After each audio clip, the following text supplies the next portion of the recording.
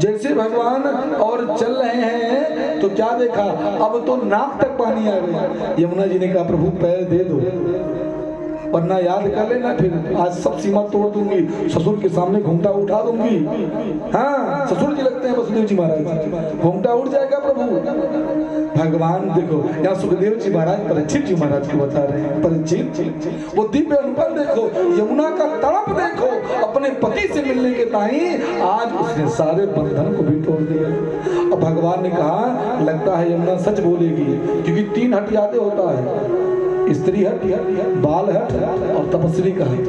ये बहुत होता ब्रह्मचर्य, टूटता नहीं आदमी, ठान लेगी तो ठान लेगी, करना है तो करना है।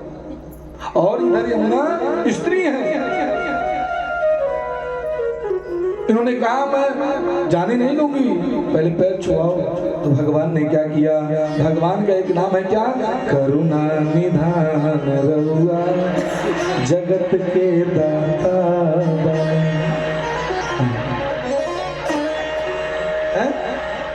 करुणा निधान, भगवान करुणा निधान ने करुणा की, किसपे की, अपने पिताजी के ऊपर की। यमुना मार डालेगी तो क्या किया, भगवान ने अपने छोटे छोटे पैर को निकाल के पटका। यमुना जी ने कहा प्रभु पैर छू ली, अब थोड़ा मुखड़ा दिखा दो। भगवान ने कहा मुखड़ा की बात करती हो, मुखड़ा देखती तुम रहोगी, मेरे पिताजी का यहाँ अंतिम संस्कार हो जाएगा। ऐसा मत करो यमुना, मैं तुमसे वादा करता हूँ मैं इसी ब्रजमंडल में रहूंगा और तुम्हारे घाट पे आकर तुमसे मिलूंगा, खेला करूंगा। ऐसा यमुना, फिर यमुना जी ने कहा ठीक है, प्रणाम की, और प्रणाम करने के बाद उसी यमुना ने रास्ता दिया। बोले यमुना महारानी की।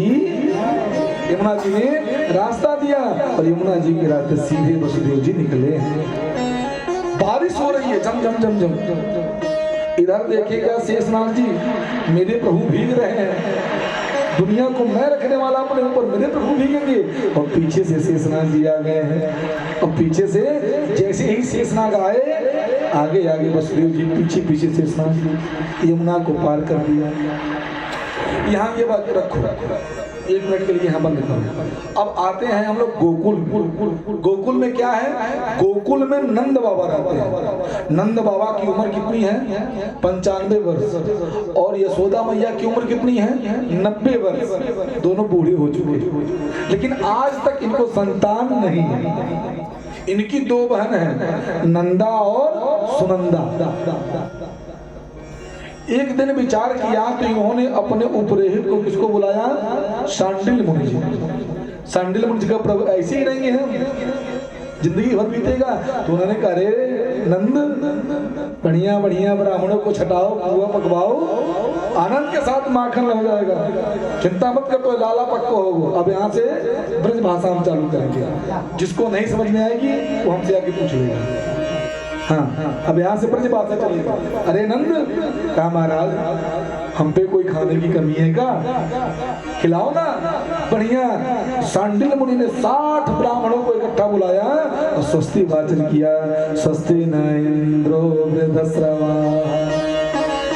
और शांडिल मुनि ने इनको एक मंत्र दिया, सुनो इस मंत्र को जपो गौशाले में बैठकर, तुम्हें जल्दी ही संतान पैदा होगा।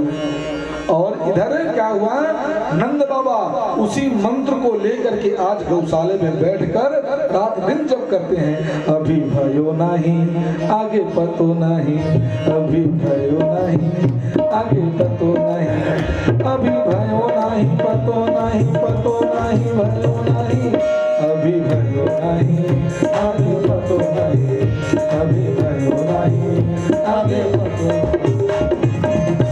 इतना सुंदर मंत्र है, अभी आगे। हाँ, मंत्र चल रहा है गौशाले में, घटना घट गई महाराज। इधर नंद रानी सो रही है। अब लो यहाँ की बात यहाँ लाते हैं, समझना, कथा विस्तार से करूंगा, सब लोग समझ जाओगे क्या कथा है।